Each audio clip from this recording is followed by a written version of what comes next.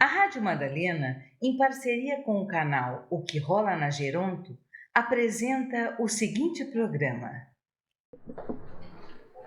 Oi, gente, estamos aqui de volta no programa O Que Rola na Geronto. Como vocês estão vendo, hoje estou eu e o Carlos de castigo, porque a Marília e o Sérgio fizeram outro programa, enquanto eu e Carlos estávamos, assim, nos divertindo um pouquinho no carnaval, e aí eles nos abandonaram hoje, não é, Carlos? Estamos aqui sozinhos hoje. Isso, né? E aí nos deixaram aqui sozinhos hoje. Mas não tem problema, nós vamos conversar um pouquinho hoje com vocês sobre até quando a gente pode morar sozinho na velhice. Tá? Isso vai dentro do tema da autonomia dos idosos, que nós estamos discutindo já há alguns programas com vocês, e nós queremos discorrer um pouquinho sobre isso. O que é que nos ajuda a decidir até quando eu posso morar sozinho? É só uma questão de condição física? É só uma questão de condição mental? É uma questão de segurança? Sou eu que decido? É a minha família que decide? Como é que é isso? Como é que é isso, Carlos? O que você acha? Então, Ida, essa é uma questão importante, né? Porque se a gente pensa, né, na questão da autonomia que a gente já vem discutindo, a própria pessoa decide, né, a sua vida. Mas a gente cai na mesma coisa que a gente já viu há algum tempo atrás, que seria a necessidade de cuidado, de autocuidado que ela precisa para que ela não corra risco, quer dizer, risco ela sempre vai correr, mas que ela possa viver com mais qualidade de vida, com mais segurança, até para não envolver outras pessoas que depois precisem cuidar, enfim, né? Então, eu penso que o ideal seria ela poder viver sozinha, sim, mas com cuidados para que ela pudesse ter segurança. Uhum. Hoje aqui na cidade de São Paulo, assim, eu coordeno um estudo na cidade de São Paulo que se chama Estudo SAB, Saúde, Bem-Estar e Envelhecimento. Ele completa agora no ano de 2020, 20 anos de acompanhamento dos idosos aqui da cidade de São Paulo. Nós vemos que desde o ano de 2000, quando o estudo começou, a proporção de idosos que moram sozinhos na cidade de São Paulo, ela vem crescendo continuamente.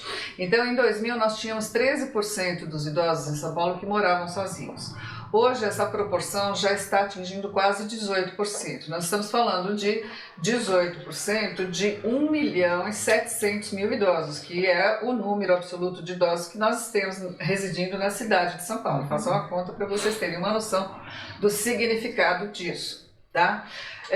Morar sozinho, um idoso morando sozinho, não é em si um problema. Né? Esse é o primeiro ponto que eu acho que a gente precisa deixar claro. Isso não é um problema, desde que, isso que a gente está comentando, ele tenha realmente condições de residir sozinho. O que nós gostaríamos de chamar a atenção é que o próprio idoso precisa prestar atenção em alguns pontos que são muito importantes. A casa que ele está, ela precisa ter algumas condições de segurança para que ele possa residir em segurança, em primeiro lugar. Tá? Então, por exemplo, existem algumas casas que têm aquecimento a gás. Então, por exemplo, isso precisa ser constantemente revisado para que não haja vazamento de gás. Tá? O gás, voltando ao gás. Isso que você está dizendo do vazamento, porque para o idoso seria tão mais importante, porque assim, é uma questão que deve para todos, né? Todo mundo que tem um aquecimento a gás tem que fazer manutenção. Sim. No caso do idoso, mais preocupante isso? Sim, porque ele pode, com o passar do tempo, não perceber este vazamento, porque o olfato dele pode se alterar e aí ele pode não perceber esse vazamento. Aí, por exemplo, os vizinhos podem começar a se queixar para a família de que este idoso está sendo um risco para a vizinhança, porque isso está acontecendo. Então, os vizinhos percebem e o próprio idoso não percebe. Tá? Isso pode começar a causar um certo dissabor entre os vizinhos. vizinhos, né, e começaram a criar um ambiente ruim na vizinhança, com o próprio idoso, etc. Então, existem situações que precisam ser vistas. Essa é uma questão. Ainda falando em ambiente seguro, uma coisa que a gente sempre tenta conversar com os idosos um risco muito grande dentro do ambiente doméstico são as situações que envolvem, por exemplo, quedas. Tá? A pessoa mora naquela casa há 20, 30, 40 anos. Tá?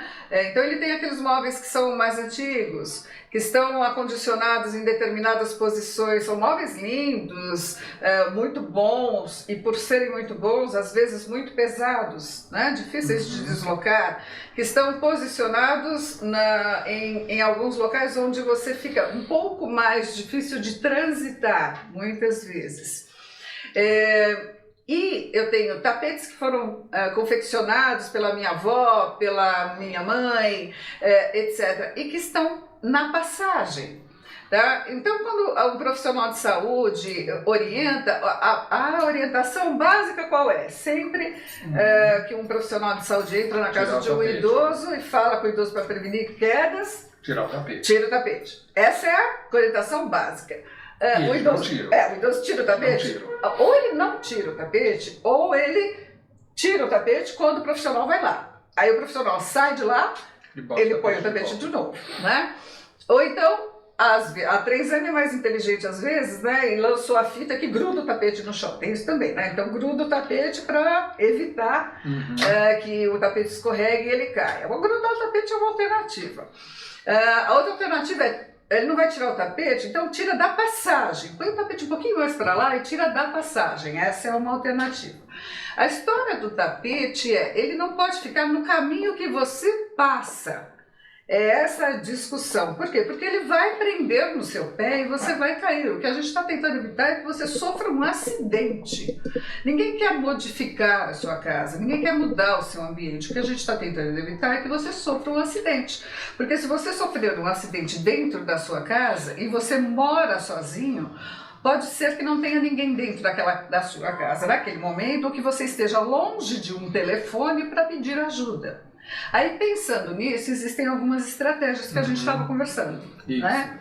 Por exemplo. Então, você, ao ir ao banheiro ou a outros cômodos, enfim, né? O banheiro é um lugar, né, Ieda, que acaba acontecendo bastante acidente, por ser molhado, enfim. E, então, está sempre que possível com o telefone junto, né? Porque fica mais fácil, no caso de um acidente, você poder pedir uma ajuda. Então, estar com o telefone, ter um interfone dentro do banheiro, enfim, algum meio de comunicação que você possa ter caso precise. Porque uma queda, por exemplo, no banho, se você não tiver alguém que te ajude, muitas vezes você não consegue levantar dali, ou se você tem uma fratura, por exemplo, você não consegue levantar. Então vai precisar comunicar com alguém. Então é importante que tenha um meio, né, de comunicação. O telefone é muito fácil, né? Para quem quiser também alguma coisa um pouco mais, a teleassistência, né, que são aqueles serviços onde a pessoa vai usar uma pulseira ou um colar que ela aperta no caso de uma emergência e essa central entra em contato e avisa, se preciso, um familiar, um vizinho, alguém que fique responsável. Então são atitudes que você pode tomar que vai facilitar para que você viva sozinho com mais segurança. Né? Isso. Esses dispositivos de teleassistência, às vezes a pessoa se recusa a usar uma pulseira ou um colar porque não quer ficar usando nenhum desses dispositivos. Mas existe uma alternativa terceira, até com esses mesmos mecanismos. O dispositivo auditivo, o telefone que fica dessa teleassistência, ele tem um dispositivo de áudio muito bom, que pode ser ouvido pela pessoa idosa em qualquer lugar da casa. Então, ele colocado num som bem alto, e a pessoa, né, o idoso, você contactando, combinando com a teleassistência de ligar em determinados horários, a pessoa idosa em qualquer lugar da casa, falando com a teleassistência, ela vai ser ouvida de qualquer lugar da casa. Então, mesmo que ela se recuse a usar a pulseira ou o colar, ela será ouvida em qualquer lugar da casa. Então, existem algumas estratégias nesse sentido. Aí, outra coisa que a gente estava conversando é assim, pessoas que moram em prédios, por exemplo, moram sozinhas e moram num apartamento, ela pode combinar com o zelador ou com os porteiros do prédio que todos os dias, ouçam bem, todos os dias ela tem que ser vista ou alguém tem que conversar com ela pelo interfone ou pelo telefone. Todos os dias, tá? Por quê? Porque se ela caiu ou se ela passou mal, alguém vai saber. Porque se ela não falou com ninguém, pelo menos uma vez por dia, alguém tomará uma providência, tá? Ah, mas e se ela mora numa casa? Aí vem aquela história do que a gente chama de vizinhança solidária, tá? Então, alguém da vizinhança que fará isso. Ou um filho que telefona, que mora perto. Que mora perto. Isso, morar perto também é uma solução, pode ser uma solução, né? O idoso não quer morar sozinho, mas mora perto de um filho, mora na casa dele, mas perto de um filho, de um parente, outro que não seja o filho, enfim, alguém próximo que possa dar esse suporte, que possa monitorar, ver que está tudo bem. Isso. Né? Se ele não tem, por exemplo, nós temos idosos que são solteiros, nós temos idosos que não têm filhos, etc. Mas ele tem um amigo, ou ele tem uma pessoa com a qual ele conversa todos os dias. Então ele faz a mesma combinação que nós falamos em relação ao porteiro, em relação ao funcionário do prédio, que é, liga para ele todos os dias. Se ele não atender, vai até lá, bate nessa porta. Se ele não abrir, chama a polícia, chama o bombeiro. Ele tem que ser visto, porque alguma coisa aconteceu. Claro que se ele viajou, ele avisa. Tá? Ele avisa alguém que ele não estará na casa dele, porque senão as pessoas ficarão preocupadas. Ter uma chave extra com alguém também é bom, porque daí precisa arrombar a casa. Né? Então eu preciso de uma chave extra que alguém de confiança vai saber onde está, porque se precisar entrar na casa não precisa arrombar a casa. Então essa pessoa de confiança vai saber onde está essa chave para poder abrir a casa e entrar na casa. Agora vamos supor que a pessoa entre na casa e encontre, por exemplo, um idoso desacordado. E daí? É importante que essa pessoa idosa tenha os seus documentos referentes principalmente à assistência à saúde, o documento dele, de uma certa forma organizado e fácil de ser achado. Tá? Porque se eu precisar correr com ele para um hospital, é só eu pegar isso e levá-lo com ele para o primeiro serviço de assistência hospitalar, que vai ser o serviço mais próximo da casa dele. É o que normalmente o SAMU faz, vai para o serviço de assistência à saúde mais próximo da casa dele, mas eu preciso dos documentos dessa pessoa. Então não adianta ele esconder, pôr escondido da gaveta, etc. Não, isso precisa estar fácil, arrumado, geralmente num saquinho, em cima da mesa, num lugar que seja fácil. E avisa para as pessoas. Ou avisa ou deixa o recado. Meus documentos estão em algum lugar para que qualquer pessoa possa saber onde está. Então assim, eu posso morar sozinho? Eu posso. Mas qualquer ser humano está sujeito a ter um mal súbito. Qualquer pessoa está sujeita a ter um acidente doméstico. Tá? O que eu não posso é não me prevenir. A minha vida não tem que mudar radicalmente. Se eu, por exemplo, eu tive um mal súbito, eu tenho que mudar radicalmente a minha vida. É claro que todo mundo que me cerca vai ficar preocupado e de repente vão querer mudar a minha vida da água para o vinho, do dia para a noite. Talvez isso não seja necessário. Vou fazer alguns exames para ver o que aconteceu, vamos conversar sobre isso, mas talvez eu possa mudar num primeiro momento um pouco mais radicalmente, até que eu tenha controle sobre o que aconteceu e depois eu volte a ter controle sobre a situação. Eu posso ter tido um mal súbito, vamos fazer uns exames, vamos ver o que aconteceu, etc. E depois, gradativamente, eu volto a ter controle sobre a minha vida. Pode ser que eu precise ter alguém que fique comigo por um período de tempo, para eu não ficar sozinha todo o tempo. Então eu vou ter que passar a ter alguém comigo algum período de tempo. Né? Vou ter que abrir mão da minha liberdade total de morar sozinho para ter alguém comigo por algum período de tempo. Então, em algum momento isso pode ser necessário para que eu não tenha que abrir radicalmente a mão da minha liberdade, que é o que acaba acontecendo muitas vezes, de eu ter que mudar da situação de morar completamente sozinho para ter que morar numa instituição, por exemplo. Esse exemplo que você deu, Ieda, até no programa Acompanhante de Idosos aqui em São Paulo, a gente presenciou muito, né? Que muitos idosos conseguiram continuar morando sozinhos e com qualidade de vida pelo simples fato de ter um acompanhante que passa lá em algumas vezes na semana. Então não é nem um período às vezes muito extenso, não precisa passar o dia inteiro, né, um período inteiro, às vezes algumas horas que esse acompanhante fica, esse cuidador fica com a pessoa, já resolve para ajudar em tarefas como ir ao supermercado, ir à farmácia, ir ao médico ou fazer um exame. Então são coisas que a pessoa no dia a dia precisa fazer e que muitas vezes sozinha ela não consegue. Então ter um auxílio de alguém vai dar um suporte para que ela possa fazer isso, né? Então lembrando que assim o que define se a pessoa pode continuar abanando sozinha ou não é a idade, né?